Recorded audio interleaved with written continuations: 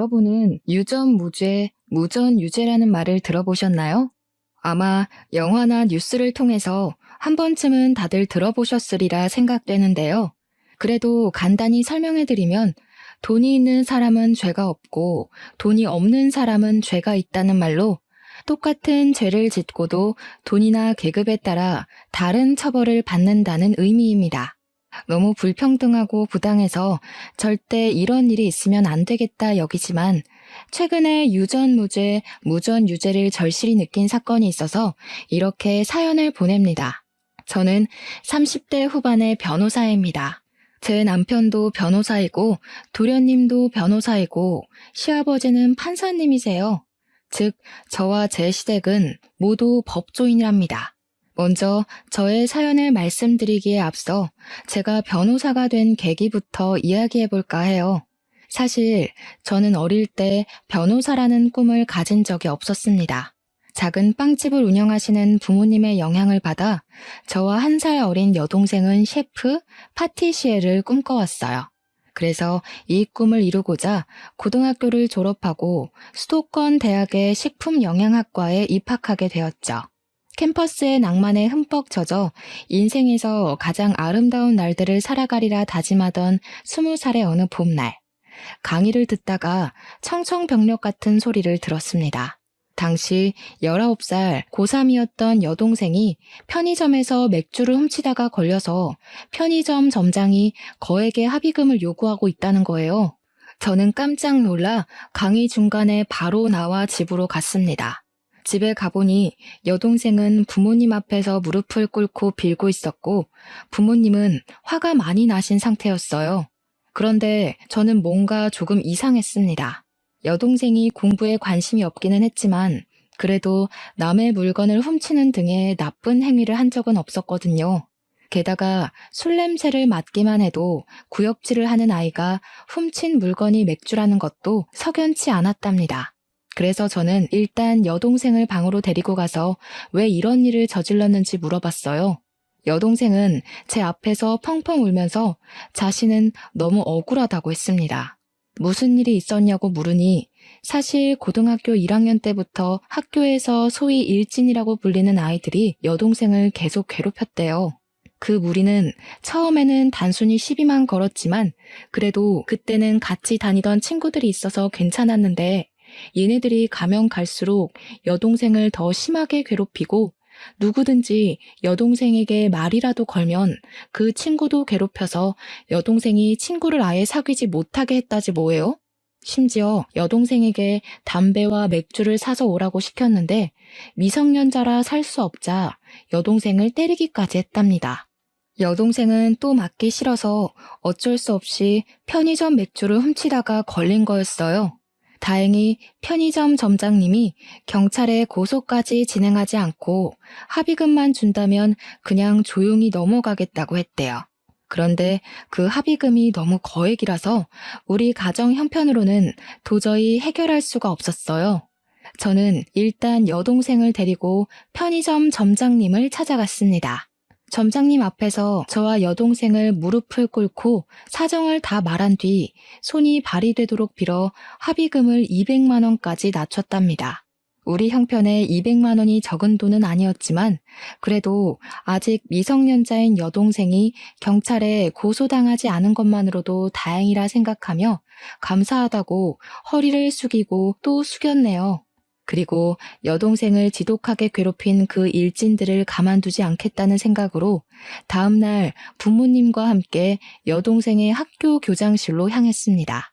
교장실에서 교장 선생님, 담임 선생님, 그리고 그동안 여동생을 괴롭힌 학생들을 다 불러놓고 하나하나 이야기를 했어요. 그런데 선생님들의 반응이 시큰둥했습니다.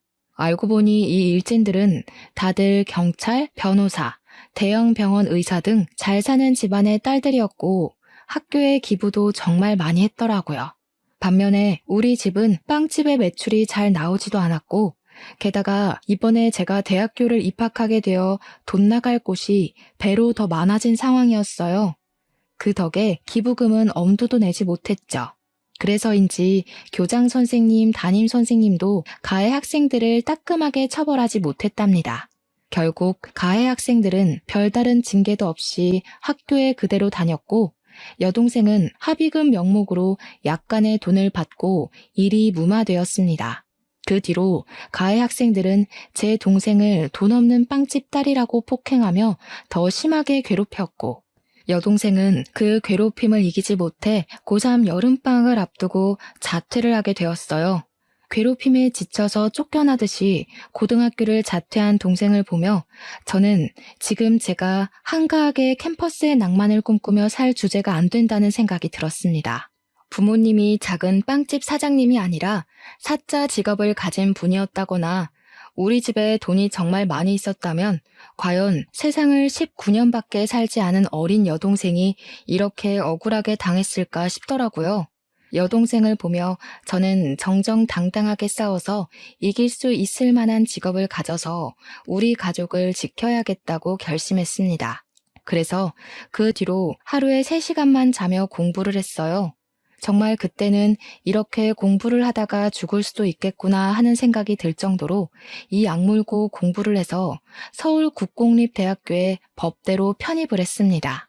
편입한 대학교에서도 장학금을 타기 위해 눈에 불을 켜고 공부를 했고 그 결과 4년 내내 장학금을 타며 학교에 다녔어요. 그 뒤 로스쿨에 입학했는데 로스쿨 학비가 엄청 비싸더라고요. 그래서 로스쿨에서도 그야말로 죽을 힘을 다해 공부해서 장학금을 받고 다니고 변호사 시험도 한 번에 합격해서 정식 변호사가 되었네요. 중간중간에 공부가 너무 어렵고 힘들어서 포기하고 싶을 때가 정말 많았지만 여동생을 억울하게 만든 그 사람들에게 언젠가는 반드시 복수할 것이라는 일념 하나로 이 악물고 버텼던 것 같아요. 그렇게 저는 변호사가 되고 대형 로펌에 입사하여 지금까지도 잘 다니고 있답니다.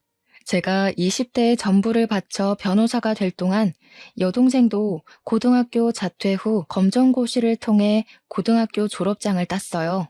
그 뒤 친척이 운영하는 제법 큰 레스토랑에 취업해서 일하며 한식, 중식, 일식, 양식 조리사 자격증을 취득했답니다.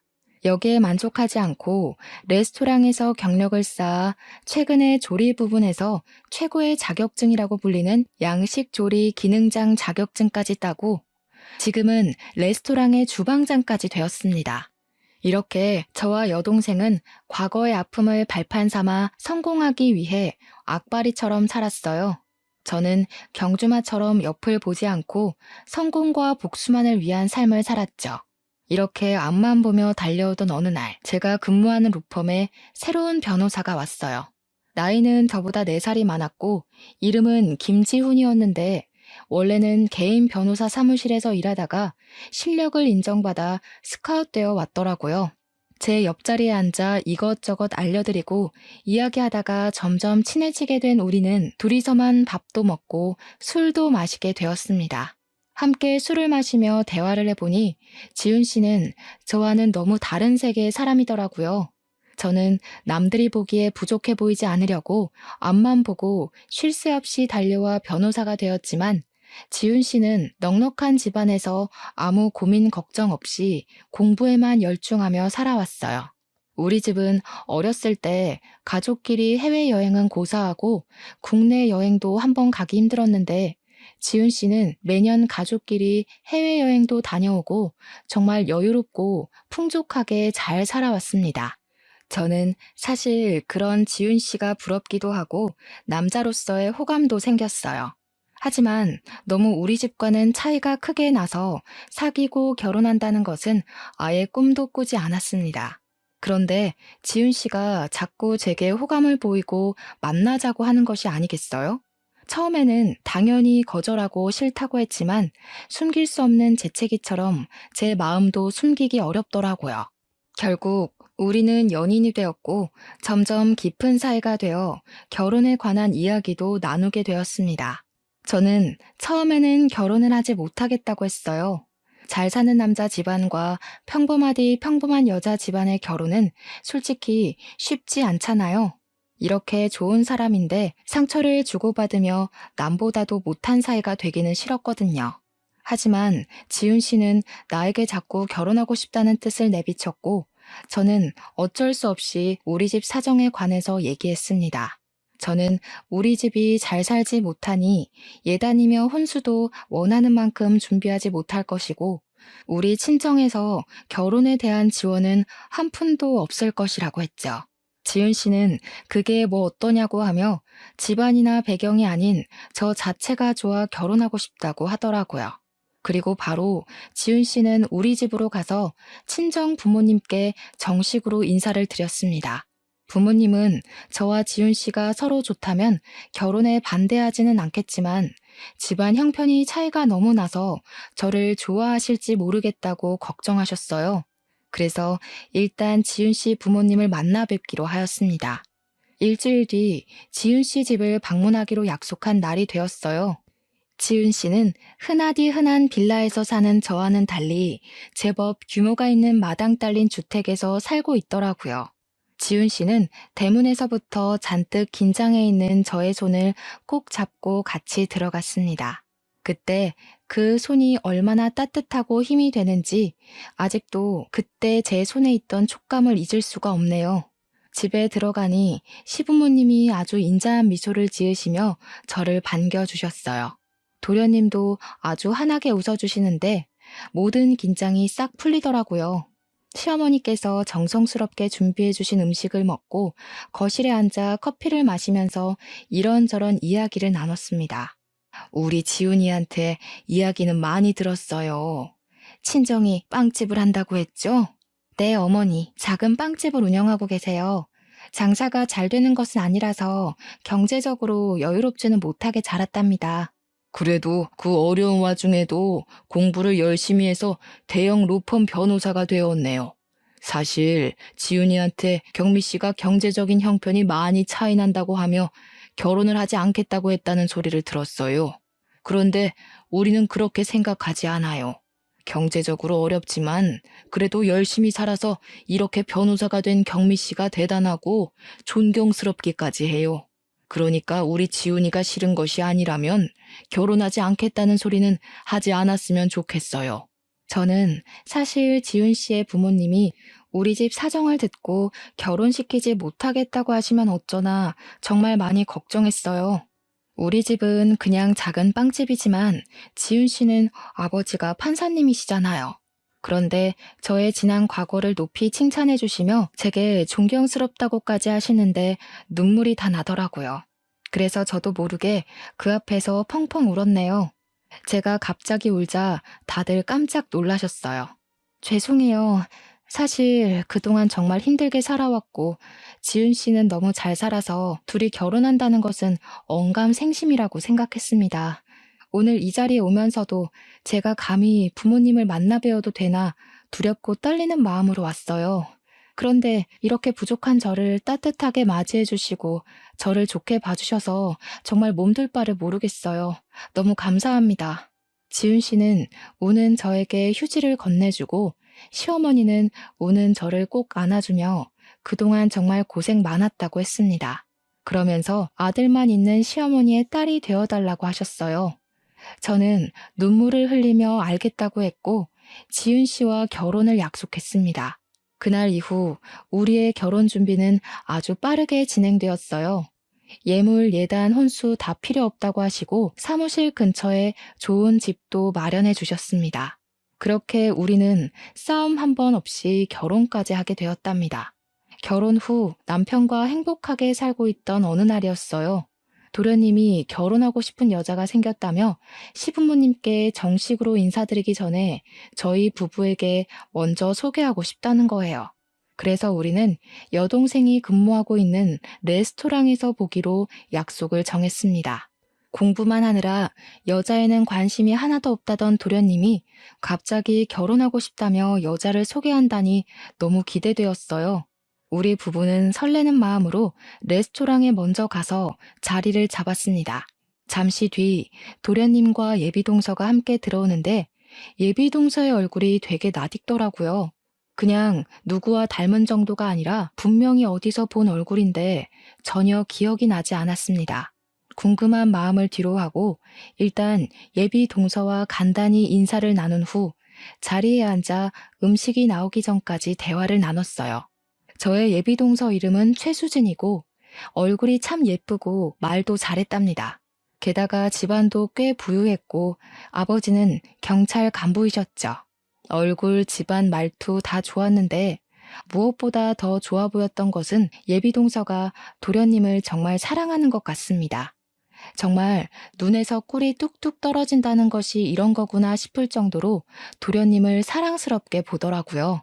도련님 역시 그런 예비동서를 보며 그저 해맑게 웃었습니다. 저와 남편은 행복에 겨운 두 사람을 보며 생전 여자는 모를 것 같던 도련님이 정말 여자를 잘 만났다고 생각했죠. 음식이 나오고 같이 이런저런 이야기를 하며 밥을 먹다가 예비동서가 회사에서 전화가 왔다며 나가서 꽤 오랫동안 오지 않았습니다. 예비동서가 자리에 없을 동안 저도 잠시 화장실을 갔다가 다시 자리로 돌아오는데 레스토랑 구석에서 예비동서와 제 여동생이 인사를 하고 있더라고요. 그런데 반가워하며 웃는 예비동서와는 다르게 제 여동생은 표정이 매우 좋지 않았어요. 어깨를 잔뜩 움츠린 것을 보니 겁을 먹은 것 같았죠. 저는 둘이 서로 아는 사이냐며 다가가서 인사를 하려다가 순간 예비동서를 과거에 봤던 기억이 떠올랐습니다. 저는 예비동서를 여동생이 고등학교 3학년 때 학교 교장실에서 보았어요. 예비동서는 제 여동생을 지독하게 괴롭혔던 일진 무리 중 하나였던 것이었는데 예비동서가 성형하는 바람에 제가 바로 알아보지 못했던 거였어요. 저는 이제 청소년도 아니고 성인인데 생각이 있으면 여동생에게 해코지는 하지 않을 것이라는 생각에 못 본 척하고 자리에 돌아왔습니다. 제가 자리에 앉고 얼마 지나지 않아 예비동서도 오더라고요. 저는 계속 예비동서에 대해 모른 척하고 이야기를 나눴습니다. 이야기하는데 처음에는 예쁘게 보이던 예비동서의 얼굴이 여우 같아 보이고 가식적으로 보이기 시작하더군요. 여동생을 사악하고 짓궂게 괴롭히던 얼굴이 생각나 괴로웠습니다. 점점 표정이 굳어가는 제 모습을 보며 예비동서가 괜찮냐고 물었지만 저는 그냥 계속 별다른 말 하지 않고 오늘은 몸이 좋지 않으니 다음에 더 친해지는 기회를 만들자고 하며 서로 연락처를 주고받았네요. 예비동서는 제게 언니라고 불러도 되냐고 하며 여기 음식이 맛있으니 다음에 다시 와서 자신이 음식을 산다고 하며 헤어졌어요. 그렇게 헤어지고 집에 가는 길에 여동생에게 전화했어요. 그리고 여동생에게 아까 레스토랑에서 봤다고 하며 혹시 예비동서가 일진 무리 중에 하나가 맞냐고 물으니 역시 맞다고 하더라고요. 저는 착하고 순진한 도련님이 그런 나쁜 여자와 결혼하게 둘 수는 없어서 남편에게 이 모든 사실을 이야기했습니다. 그날 밤 남편은 도련님을 따로 다시 만나서 모든 사실을 이야기했어요. 도련님은 남편의 말을 다 듣고도 너무 착하고 여린 사람인데 그럴 리가 없다면서 저와 여동생이 오해한 것이라고 말을 했대요. 저는 어떻게든 이 결혼을 뜯어 말리고 싶었습니다.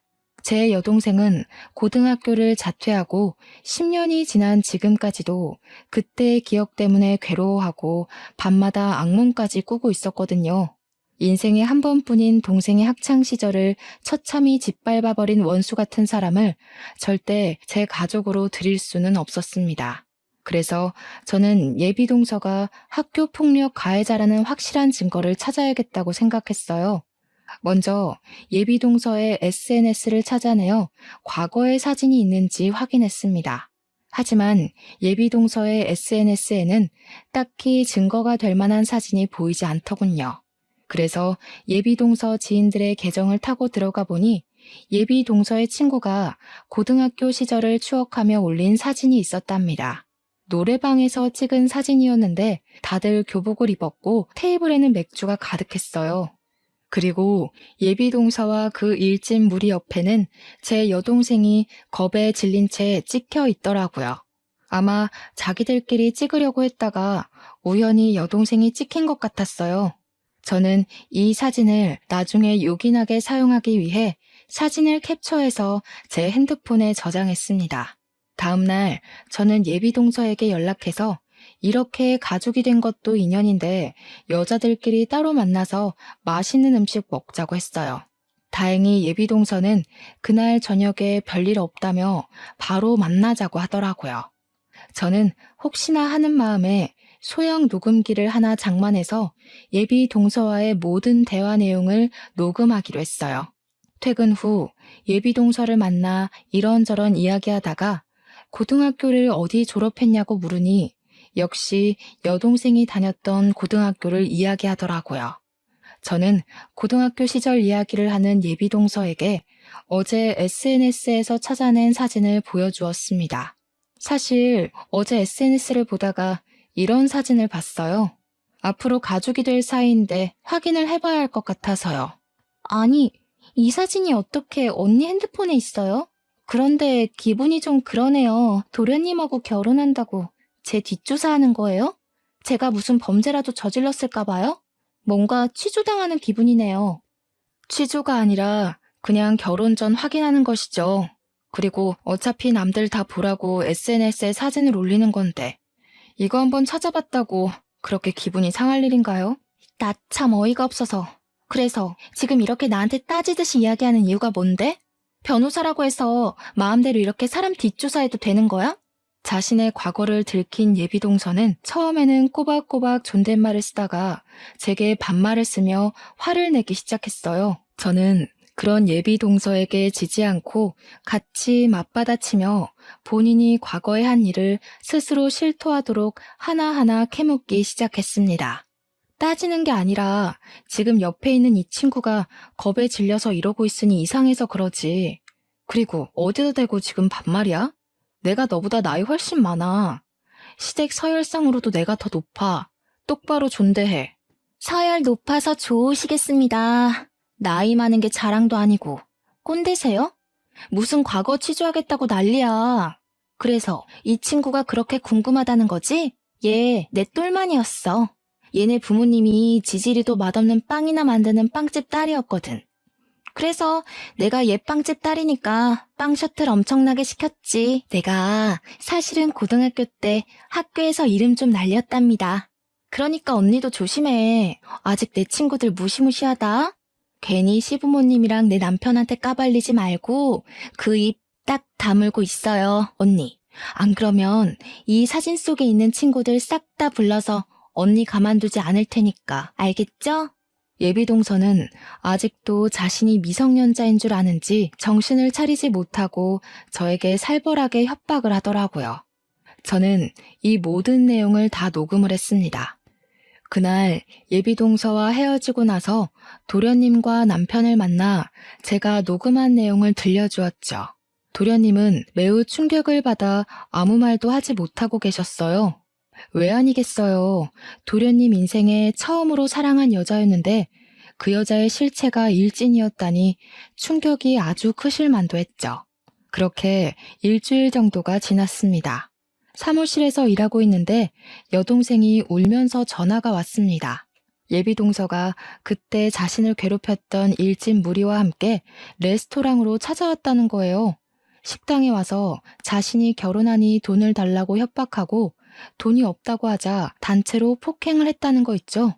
왜 가만히 맞고만 있었냐고 하니 여동생은 고등학교 시절에 너무 호되게 당해서 얼굴만 봐도 너무 무섭다는 거예요.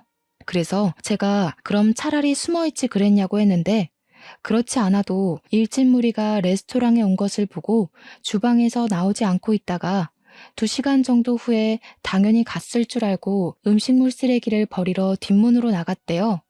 그런데 하필이면 그 뒷문 쪽에 예비동서와 일진 무리가 있었다지 뭐예요? 여동생은 혼자였고 예비동서는 무리지어 있었으니 속수무책으로 당했다고 하더라고요. 저는 너무 화가 나서 바로 고소를 하려다가 도련님과 시부모님에게 확실히 예비동서의 실체를 알려주기로 했어요. 일단 정확한 증거 확보를 위해 동생이 폭행당한 곳으로 갔어요. 다행히 동생이 폭행당한 장소에 레스토랑에 CCTV가 있었고 근처에 주차된 자동차도 있더라고요. 바로 레스토랑의 사장님인 사촌에게 부탁해서 CCTV와 자동차 블랙박스 영상을 확보했습니다. CCTV와 블랙박스를 보니 아주 가관이더라고요. 이 영상만 보아도 특수폭행죄로 실형을 살 수 있는 상황이었습니다. 이렇게 모든 증거를 확보 후 여동생을 데리고 병원에 가보니 전치 2주가 나왔어요. 그 길로 여동생을 입원시키고 여동생이 폭행을 당했다는 진단서를 끊었습니다. 그리고 남편과 도련님을 만나서 모든 영상을 보여줬죠. 도련님은 이 영상을 보고 예비 동서와 절대 결혼해서는 안 되겠다고 하며 제가 하자는 대로 하겠다고 하더라고요. 일단 이 영상은 좀 더 나중에 시부모님께 보여드리기로 하고 도련님께는 예비 동서가 여동생 앞에서 진심으로 사과하는 모습을 보고 싶으니 아직은 모른 척하고 조금만 더 만나달라고 부탁했네요. 2주일 후 동생이 퇴원하고 며칠 더 쉬었다가 레스토랑으로 복귀를 했습니다. 저는 동생의 레스토랑 복귀와 동시에 시부모님, 우리 부부, 도련님과 예비 동서까지 다 같이 만날 자리를 마련했어요. 당연히 장소는 여동생의 레스토랑이고요. 시부모님은 드디어 둘째 며느리를 보는 거냐며 너무 기대하고 계셨습니다. 그런 모습을 보니 죄송스러웠지만 그래도 제 여동생이 10년 전에 당한 내용을 아시게 되면 이 정도는 이해해 주시리라 믿었네요. 드디어 예비 동서의 실체가 낱낱이 드러날 날이 되었어요.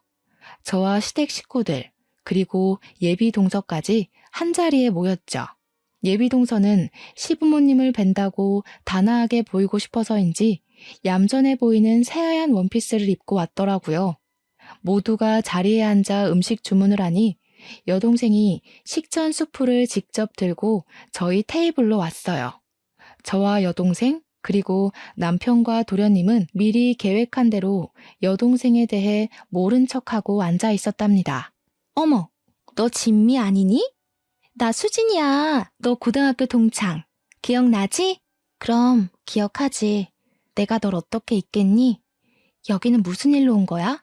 아, 저번에 결혼한다더니 예비시댁과 식사하러 온 거야? 응. 근데 너는 아직 홀서빙이나 하고 있니? 이런 홀서빙은 20대 초반 때 취미 삼아 하는 거지. 지금은 30대인데 이제는 제대로 된 직장을 구해야 하지 않겠어? 그래도 고등학교 때 맨날 붙어 다니던 친구였는데 네가 이러는 모습 보니까 걱정된다 얘. 이렇게 돈 모아서 결혼이나 할 수 있겠니? 그러게 나는 언제 돈을 모아서 너처럼 결혼하려는지 모르겠네. 하긴 너희 집이 좀 힘들긴 했지. 너희 부모님 아직도 그 조그만 빵집 하시니? 네가 고등학교 때 빵 많이 가져오고 그랬는데. 그런데 뭐 빵집 장사로 돈을 얼마나 버시면 버시겠어. 너도 참 사정 딱하다. 이렇게 열심히 사는데 여전히 힘들고 말이야.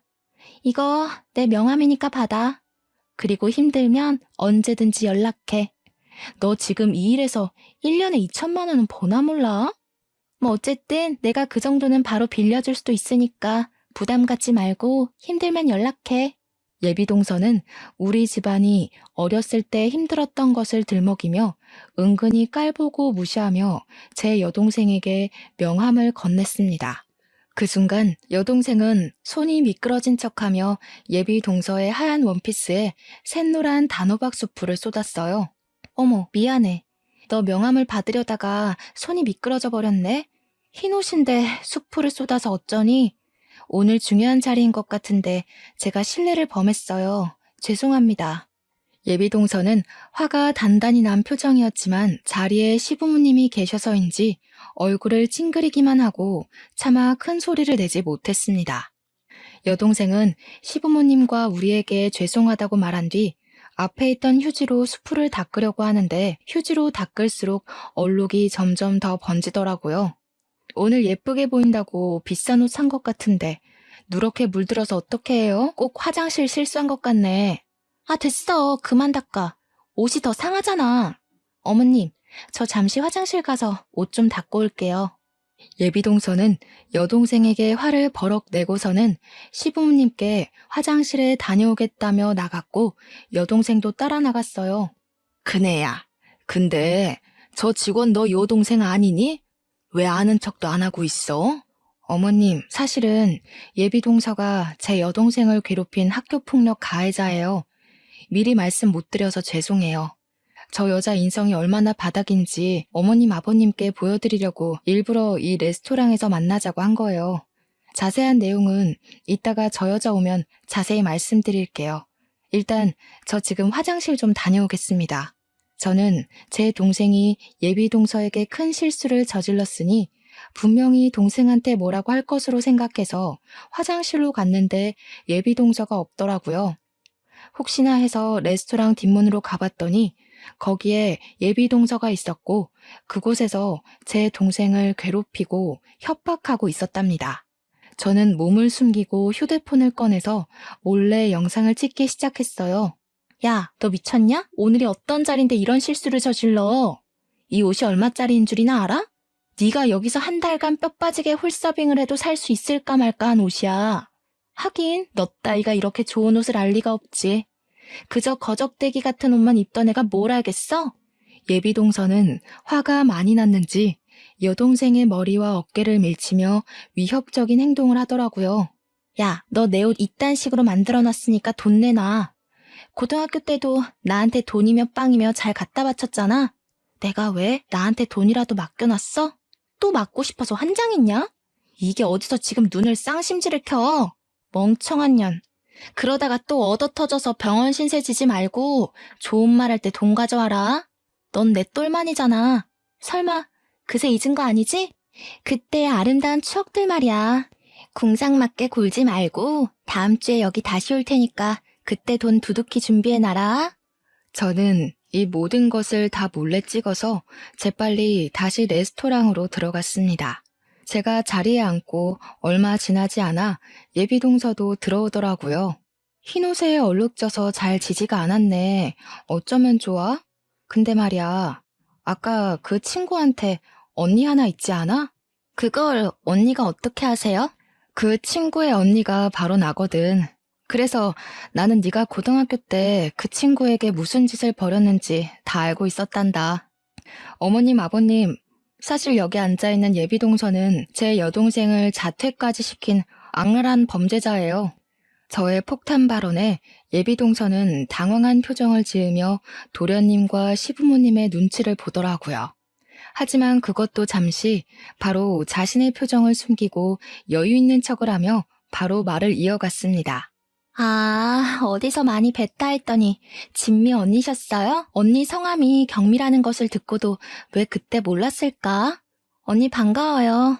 근데 그래봤자 10년 전 이야기이고 철없는 고등학교 시절 친구들과 장난친 것뿐인데 그거 가지고 너무 진지하게 그러시네.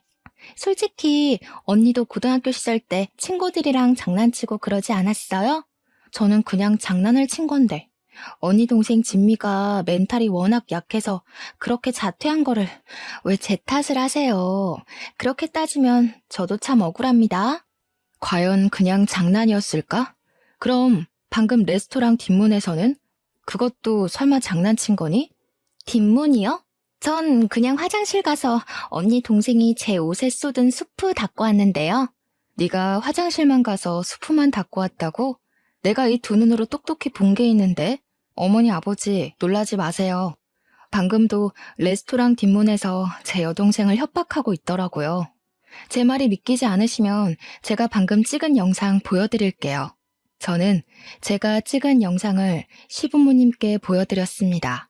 영상을 보니 얼굴은 잘 나왔는데 자동차가 지나가는 소리 때문에 대화한 내용은 잘 들리지 않더라고요.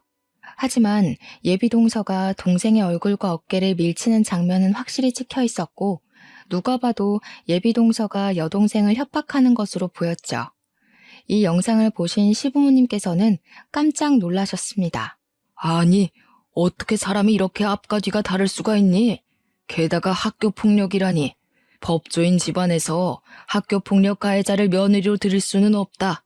너네 아버지가 경찰 간부라 그래서 좋은 집안인 줄 알았는데 아주 형편없는 집안이었구나.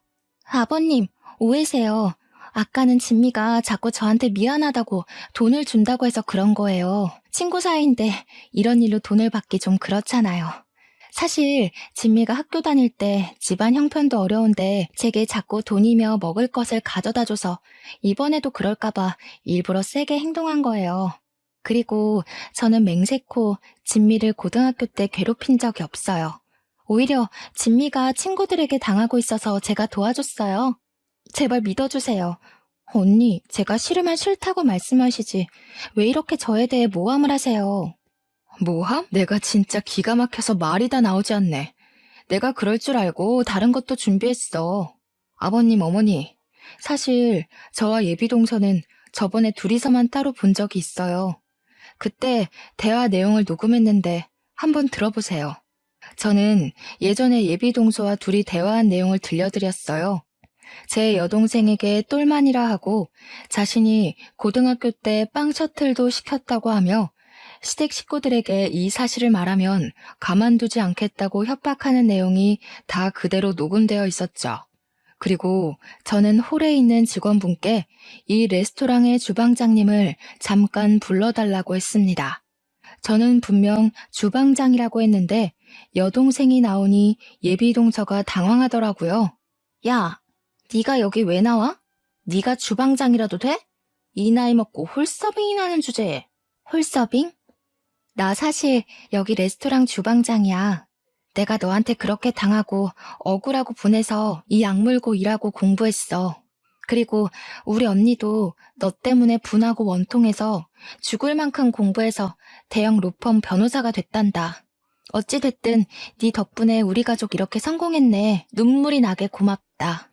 난 그래도 네가 이제 성인이 됐으니 정신을 차렸을 줄 알았는데 아니었네. 감히 우리 여동생을 10년 전에 괴롭혀서 학교 자퇴하게 하고 지금은 또 협박에 폭행까지 해? 인생은 실전이야, 멍청한 년아. 내가 그동안 너의 모든 행적 하나도 빠짐없이 차근차근 모아놨거든? 너 내 손으로 반드시 감옥 보낼 거니까 딱 기다려라.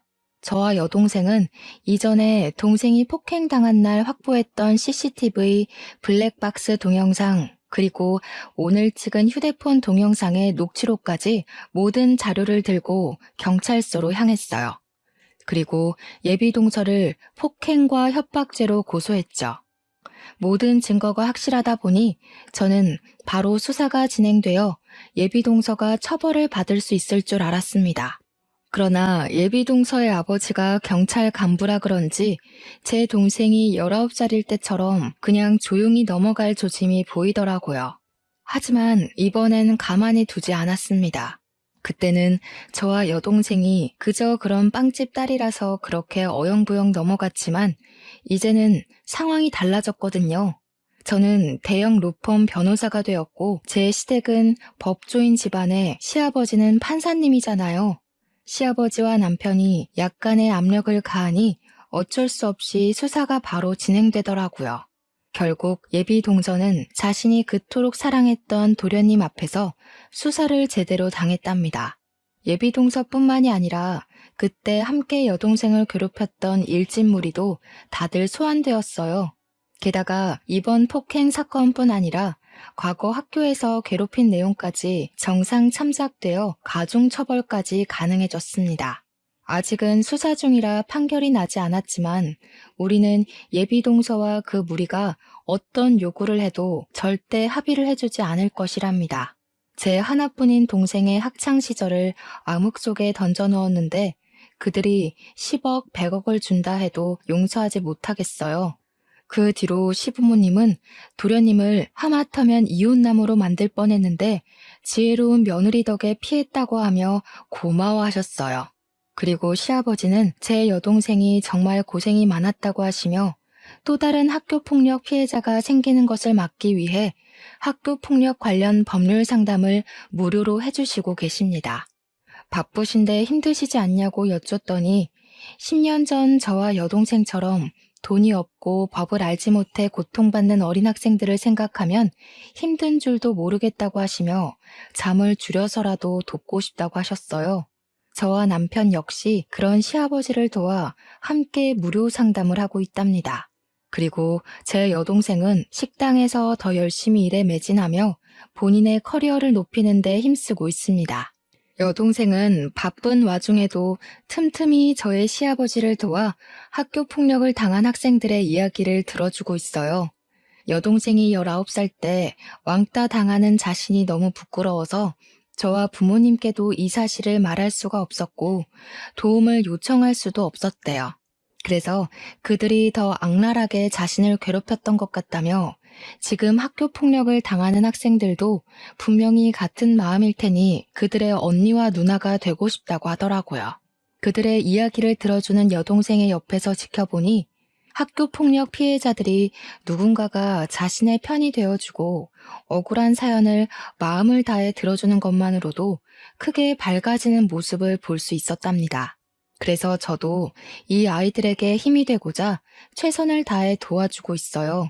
도련님은 인생의 첫 여자에게 큰 상처를 받고 그 뒤로 일에만 열중하고 있습니다. 아직 많이 힘들어하고 계셔서 저와 남편이 도련님과 같이 말동무도 하고 술친구도 되어주고 있어요. 착하고 마음 여린 도련님이 충격에서 얼른 벗어나서 인성이 좋은 평생의 짝을 꼭 만났으면 좋겠네요. 이번 일을 겪으면서 느낀 점이 하나 있어요. 제가 20살 때는 돈도 없고 정말 아무것도 없는 너무 평범한 집안이라 이들에게 그저 당하기만 했지만 이제는 변호사가 되고 주변에 법조인들이 있으니 같은 상황에서 다른 결과가 나오는 것을 두 눈으로 똑똑히 보게 되었습니다. 예전에는 돈이 없기만 해서 그냥 그런가 보다 하고 살았는데 약간의 돈과 권력이 생기니 확실히 달라지기는 하네요.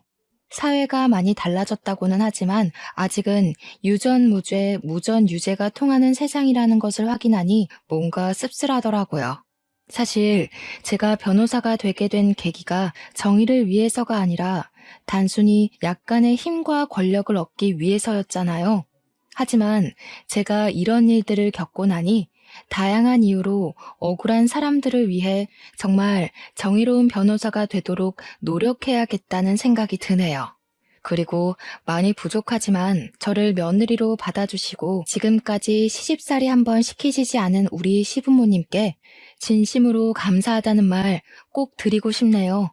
제가 변호사가 되었지만 판사의 신 시아버지의 입김 아니었으면 이렇게까지 하지는 못했을 거예요. 마지막으로 말하지 못할 사정으로 힘든 길을 걷고 계시는 분이 계신다면 저와 동생의 이야기를 통해 위로와 용기를 얻으셨으면 좋겠습니다. 저 역시 힘든 분들에게 힘이 되는 변호사가 되고자 노력하겠습니다. 저의 이야기 들어주셔서 감사합니다.